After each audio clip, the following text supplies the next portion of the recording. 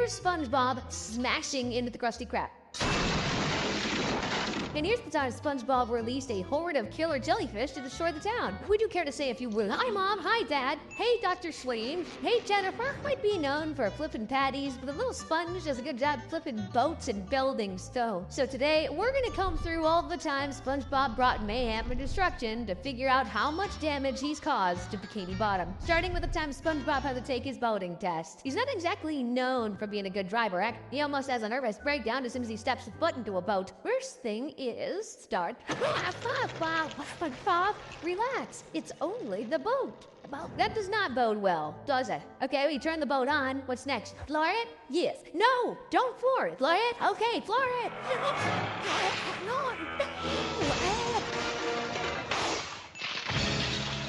Yeah, definitely don't floor it. After putting Mrs. Puff in the hospital and destroying the boating school lighthouse, SpongeBob thinks he's never gonna pass his driving test. Not without Patrick's help, at least. I can't pass my boating exam. I know all the answers until I get behind the wheel. Thinking straight is what I do. You drive, and I'll do all the thinking for you. Hello? Hey, I can hear you in my head. Patrick being able to talk directly into SpongeBob's brain, they've gotten the perfect plan to get that sponge a boating license. All he needs now is a hat. Guys, do you read? I read you loud and clear. All the things in place, SpongeBob actually begins to drive well. Please, Mister Big Toe. Precious the whole, we haven't crashed yet. And when I say well, I mean very well.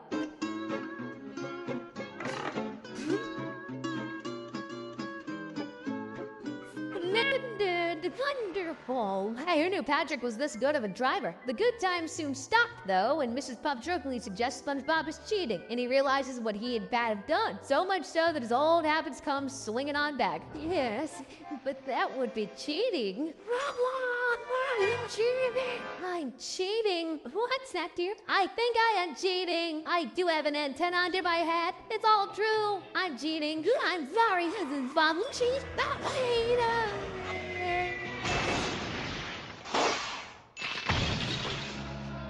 Just to put it out there, I'd have fully cheated if I was SpongeBob. That guy is never getting a license. He's also never going to be able to afford another boating exam with the money he'll have to shell out here. He totals 2 different boats, which comes in at $25,200 each and destroys the boating school lighthouse not once, but twice. Luckily, he doesn't completely destroy it, and it's a relatively easy fix, costing around $285,000 in total. So if we add that all together, that comes out to $335,400. When you remember he sat 39 tests too, imagine if that happened at the end of every one. Not even Mr. Krabs could bail him out. Not that he would anyway, but SpongeBob is the best worker a crustaceous cheapskate could ask for. Well, it's actually his commitment to the Krusty crew that causes some damage in the episode Suds, because the famous fry cook has come down with a serious case of spongy flu after leaving his freezer door open all night. No, Gary. I like wearing my underwear like this. Despite clearly being ill, he powers through and heads to work, but when Mr. Krabs notices the Krabby Patties aren't flying out of the kitchen like they normally do, he tells the little guy the one thing he really didn't want to hear. Alright, SpongeBob, you're too sick to work. I'm okay. Go home and get some rest. Just can't have you sneezing all over my food. SpongeBob heads on home and calls Sandy to take him to the doctor's office because he really wants to get better and get back to work. Before she can help though, Patrick pays him a visit and he has his own methods of getting SpongeBob back to work. This ought to do the trick. Feel better? It's shrinking. It might not look like it's working to me and you, but no bubbles equals being cured in SpongeBob's mind, so he heads on back to the Krusty K, hoping things are back to normal, but all that pressure behind the plugs will not hold forever.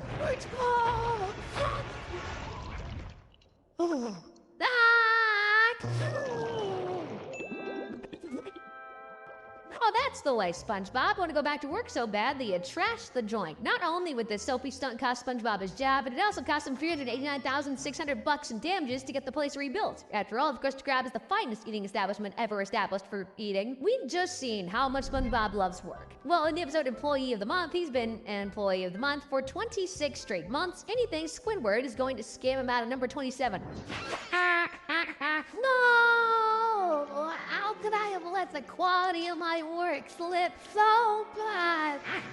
Right. SpongeBob becomes totally obsessed with this idea to the point he breaks into Squidward's house in the hopes that he can make him late for work so SpongeBob can snag the award. You can't win that award if you don't get up for work.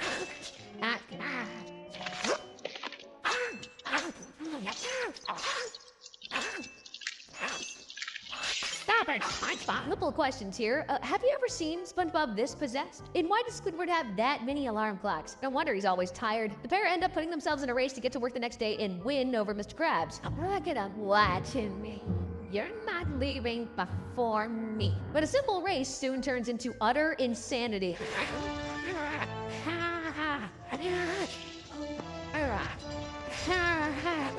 SpongeBob, truce. How do they even end up chained to those things? Anyway, the guys call it truce, but they quickly double-cross each other, heading for the restaurant as soon as the sun rises. Mr. Krabs, clean floors, clean tables, Mr. Krabs, clean dishes, Mr. Krabs. This one-upmanship continues until they're both behind the grill flipping patties. More patties than anyone could eat. Boys, boys, boys!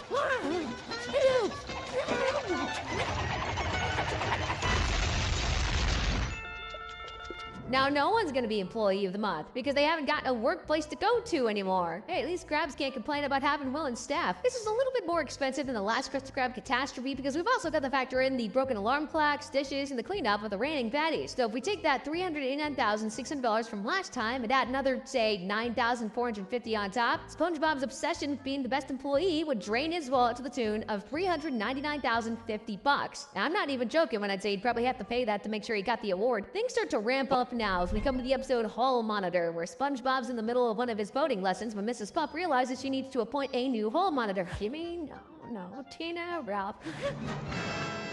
SpongeBob. The reason she's a little nervous is because she knows any power will go right to his spongy head, but she's got no choice. He's the hall monitor. Reporting for duty, ma'am. I will protect all there. Wink. In the hall. Yeah, she wasn't wrong about that, was she? SpongeBob then gives the entire class a speech, but it's so long that he wastes the whole day, meaning he's no longer the hall monitor. I guess I won't be needing this.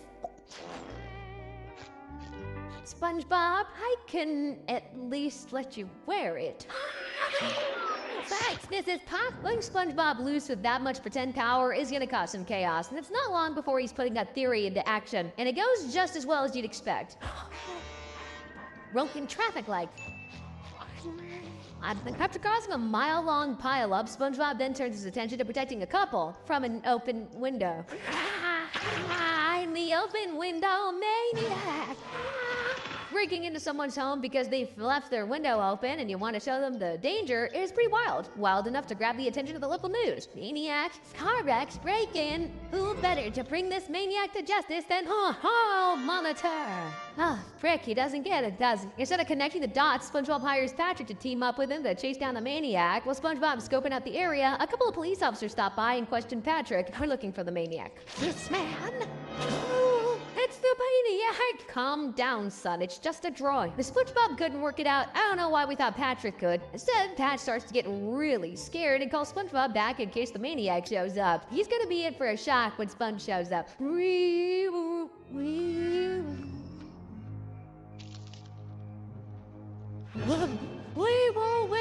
The boys still aren't getting it. Patrick tells SpongeBob the maniac is exactly where he is and to watch out. And this sends SpongeBob into a panicked frenzy. The maniac's in the mailbox.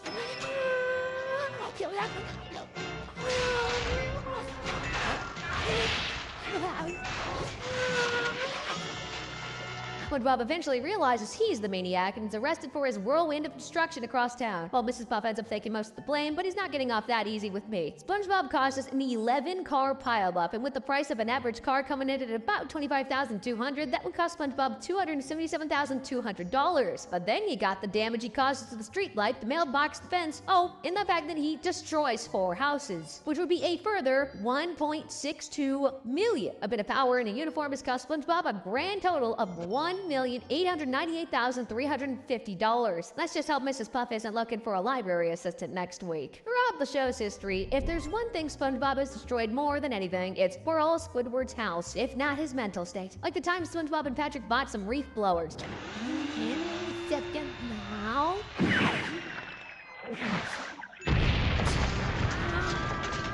Yeah, that'll be $612,500, please, SpongeBob. A house like that don't come cheap. They're the genuine Molly we're talking about. Well, it's not like the price is a deterrent for him, because it's more of the same in Naughty Nautical Neighbors, only this time Squiddy's house is destroyed by bubbles.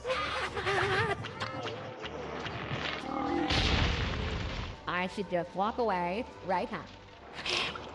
What a surprise, and I left them alone. Go ahead and slap another $612,500 out of the grand total for this one. Then you got the type of SpongeBob and Patrick to do something nice for Squidward, but just end up doing this on the count of 3.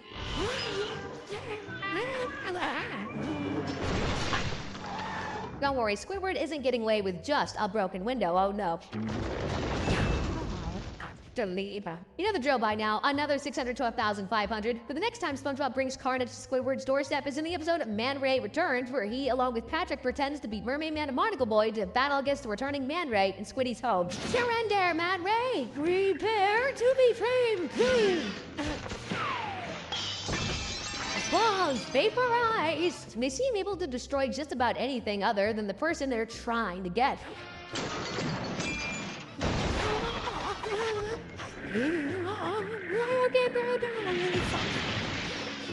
All this damage is in vain, though, as Man Ray just brushes the pair aside and decides to go back into evil hiding, leaving SpongeBob and Patrick to take in just how much damage they've caused to Squidward's house. Man, you really trashed this place. Figure before Squidward gets back, they can fix everything they just smashed, and yeah, they do it first, but then we soon find out things aren't as they appear.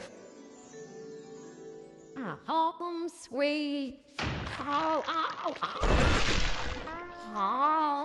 So not only has the entire house been destroyed, but all of Squidward's stuff he's collected throughout the years, like that big vase, figurines, a wall of clarinets, yeah, this is gonna be a bit bigger than the rest. The amount of damage done here clocks in at about 692,500. 122 Con Street is taking a beating, hasn't it? No wonder Squidward is desperate to move away from there. I mean, doing it one time is bad enough, but 4? That's a load of tartar sauce right there. To make Squiddy whole again after years of rebuilding and redecorating, if we add up all the instances here, SpongeBob would have to cough up a grand total of $2,530,000. Although I'm sure Squidward would tell him to keep his money and put it toward the new pineapple someplace else. SpongeBob isn't always set up to destroy stuff, though. A lot of the times he's just trying to genuinely help, like in Sanitation Insanity, when he tries to help Mr. Krabs stuff trash in a big bag but ends up doing this. Keep it up, Mr. Krabs!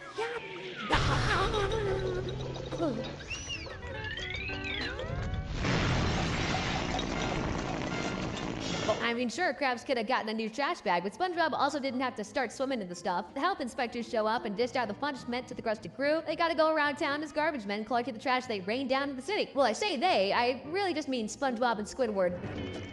Hey, this is kind of mine. For love of all frick, why had they let SpongeBob dry? This is gonna end only one way. You ready for a test drive? We got plenty of...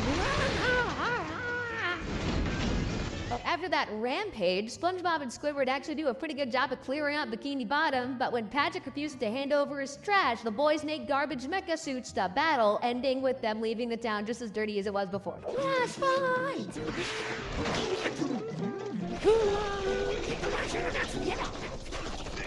Another man's trash really isn't another man's treasure for SpongeBob here. The level of property damage and contamination is just off the charts, man. You might not believe it, but something like this actually happened in Italy a couple of decades ago. The Napoli garbage crisis ended up costing that city $392 million. Bikini Bottom isn't as big as Napoli, but when you think of the man-hours needed to clean up this mess, and the fact it's raw sewage instead of bagged garbage, I really can't see the Bikini Bottom Council spending anything less than $263.6 million to get the town ship shape again. And with that, we're already up to a bank-busting $479,261,950, and we're barely halfway through. When I say this is chump change compared to the damage that's coming up, boy, do I mean it. Okay, so we've just seen Squidward's house get dunked on repeatedly, but what about the time it starts to fight back? Okay, that's a little exaggeration, but in Good Neighbors, SpongeBob and Patrick are trying to get Squidward to join their club, and in doing so, set off Squid's home security system. Red jacket, coat, red. Run for your lives! Yeah! What up? Squidward's home goes mobile, and with the two goofballs still inside, it begins causing havoc in Bikini Bottom. Fire!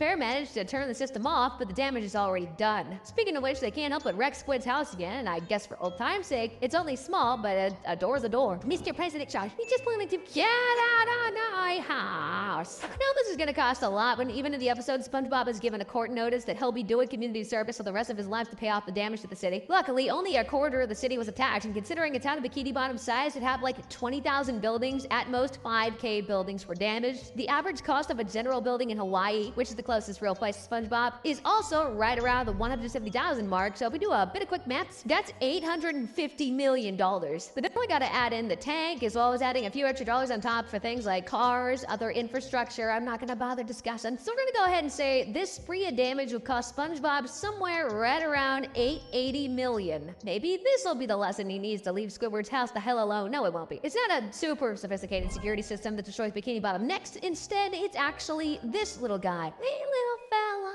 His name's Wormy, and he's one of Sandy's pets that she's asked SpongeBob and Patrick to take care of while she's out of town. And they actually do have a pretty sweet time together. Through the end, that's forever time to play.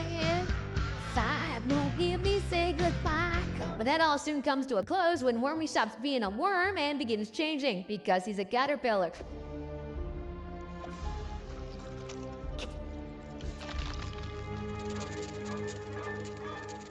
The next morning, when SpongeBob and Patrick come to check on the new pal, they find what they think is a monster that's eaten them. What is that thing? It must have eaten Wormy. In their blind panic to get away from Wormy, they accidentally let him loose in Bikini Bottom, and the first place he heads for is the Krusty Krab. It's good to eat Squidward and Mr. Krabs. Hey, money. Money. They managed to save Mr. Krabs and Squidward, but they think nothing of Wormy and tried to tell SpongeBob and Patrick that it's just a harmless little critter. That is until they get up close.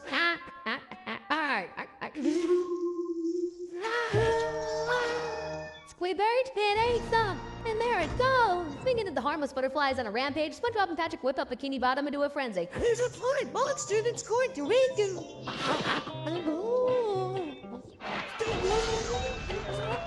They think they're helping, but thanks to them, the entire city gets trashed and turned into a dumpster fire. We did it, Patrick. Think what might have happened if we didn't tell everyone about the monster. Luckily, Sandy comes home from her trip and catches Wormy, putting an end to any more destruction. How to hold you, little guy?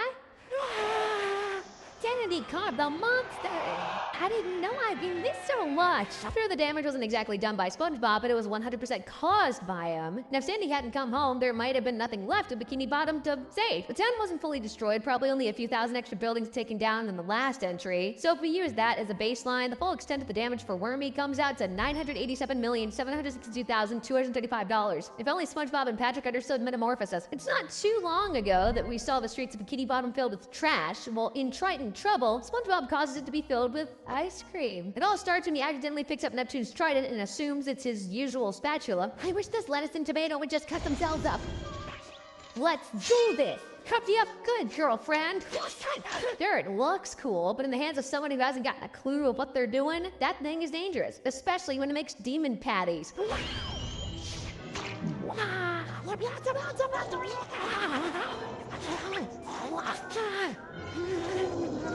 Those nasty patties trash the Krusty Krab while SpongeBob realizes the spatula is now magic and sets out to help the people of Bikini Bottom. Yeah, we know where this is going.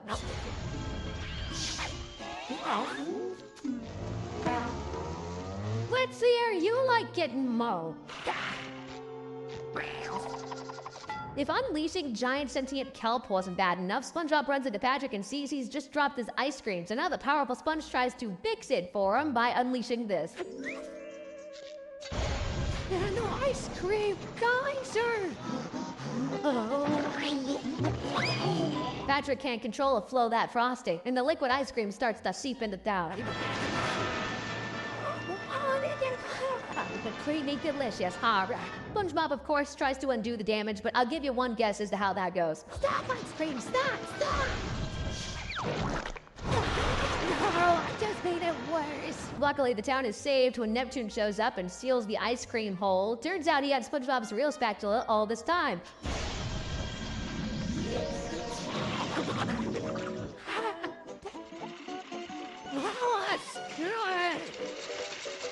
This Just because an almighty god has bailed him out doesn't mean he shouldn't be still having the book thrown at him. The damage he caused was mammoth size, from trashing the Krusty Krab, the trees being knocked over, to the tsunami of ice cream hitting the town. I'd say SpongeBob's level of damage here would cost no less than $1.34 billion bucks. Can you imagine cleaning that up? The ice cream may have been sweet, but this will leave quite the bitter taste in SpongeBob's mouth for sure. What about the time SpongeBob charred the entire town because he couldn't get a bit of dirt off a plate? Nobody leaves word till everything's shipshape, Aaron. I'll get this plate cleaned up in a jiffy, and that pesky piece really would not budge. This means war. SpongeBob's left with no other choice but to pull out the big guns. Say goodnight. Ready? Hey, fire! Yeah, that was a bit underwhelming, but SpongeBob does have one final trick up his sleeve. Botmaster 6000 microwave-powered laser particle beam, the laser-guided high-pressure water cannon, a specially woven metal alloy combined with state-of-the-art cleansing materials. Steel wall! So we have 3 beams of power here, and if I've learned anything from watching sci-fi stuff down the years, whatever you do not cross the beams. He's gonna cross them, isn't he? It may end life as we know it, but I am crossing the beam! Mr. Krab sees the commotion and heads back to the Krusty Krab to stop SpongeBob, but it's too late, dude.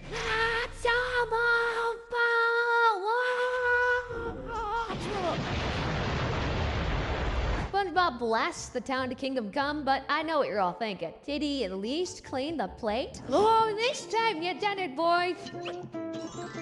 The platter's all clean, Mr. Krab. I'm clean, yeah, platter. I gotta remember the Bikini Bottom isn't small, and totally scorching the plate like SpongeBob did here is gonna cause some serious damage. Now, we know not everything was totally destroyed, but the fact that Mr. Krabs and SpongeBob, and even a bit of the Krusty Krab, is still standing. So I'd say that at least 18,000 of Bikini Bottom's buildings have been wiped out here. I reckon he's clocked in at least another $3.6 billion to the overall bill, and it's crazy to think that if SpongeBob had watched Ghostbusters, this would have never happened. Bikini Bottom might have gotten up to smoke in our last entry, but nothing is left standing in the episode Dying for Pie. And it starts when Squidward is ordered by Mr. Krabs to grab a gift for the little sponge because it's Employee Brotherhood Day. But to say Squiddy isn't in the mood for it would be the understatement of the century. You pay me to stand behind this register and give Che cat rotary toward that guy.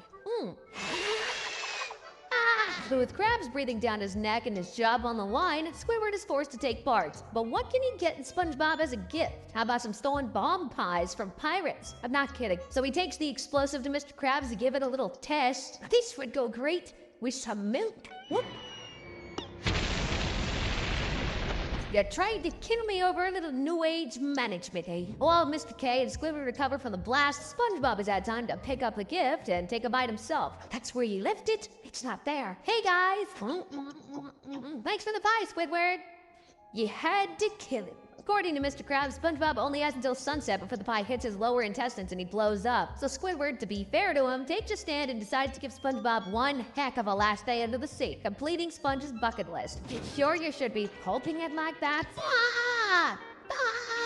The last thing on the list is watch the sunset with Squidward. Sunset! With SpongeBob's last wish being able to enjoy the sunset, Squidward makes sure he gets just that. Well, not without building an entire wall to protect him for when SpongeBob goes boom. It feels like something just dropped into my lower intestine. Hey, smells like cherry. Blueberry? When the sun sets, there's no explosion. Turns out SpongeBob never ate the pie after all. And who else does he want to share it with than his new best friend? You mean this pie? I was saving it in my pocket to share. Ooh.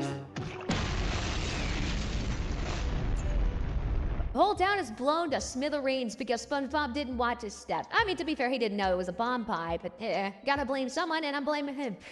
Cut him some slack, maybe we could play part of the bell onto Squidward, but that ain't no fun. But yeah, the whole place is gone. All the homes, restaurants, other buildings, 20,000 of them all gone. Now rubble. Considering you're gonna have to literally start from scratch to fix this place, it's gonna easily cost $5.7 billion to get things back up and running. Sorry to sound harsh, but maybe he should have just ate the pie. Man, oh man, SpongeBob SquarePants has caused a lot of damage. I burned through 3 calculators trying to add everything up. The final amount of damage total caused by SpongeBob stands at a staggering $12.98 billion. I don't think Mr. Krabs could bail you out here, bucko. He isn't some criminal, though. He's just a stupid kid who don't know what he's doing. But the character popping up on screen right now absolutely knew what they were doing when they were doing stuff, so give it a click to see them get what they deserve. Thank you for watching, guys.